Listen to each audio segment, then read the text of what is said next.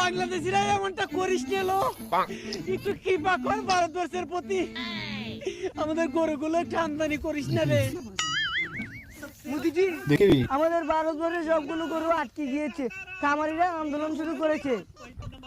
চিন্তা করিস না মধু,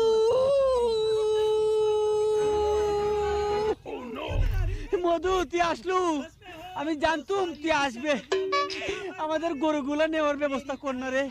মোদিজি, আমাদের তো ক্ষমতা নেই, আর ইউনুস ক্ষমতায় থাকতে আপনাদের গরু নিবে না। তাহলে আন্দোলন করে ইউনুসকে ক্ষমতা থেকে লিমিয়ে দে। মোদিজি, ওর আর সিঙ্গারা দিলে আন্দোলনে মানুষ যায় না। কি বলিস? আমি এক কাপ চা খাওয়াই 7 দিন পর্যন্ত মানুষকে পিছে পিছে ঘুরিয়েছি। ঠিক আছে, তাহলে হুঙ্কার দে। মোদিজি, আমরা হুঙ্কার দিলে মানুষ কহিলে ডাকে।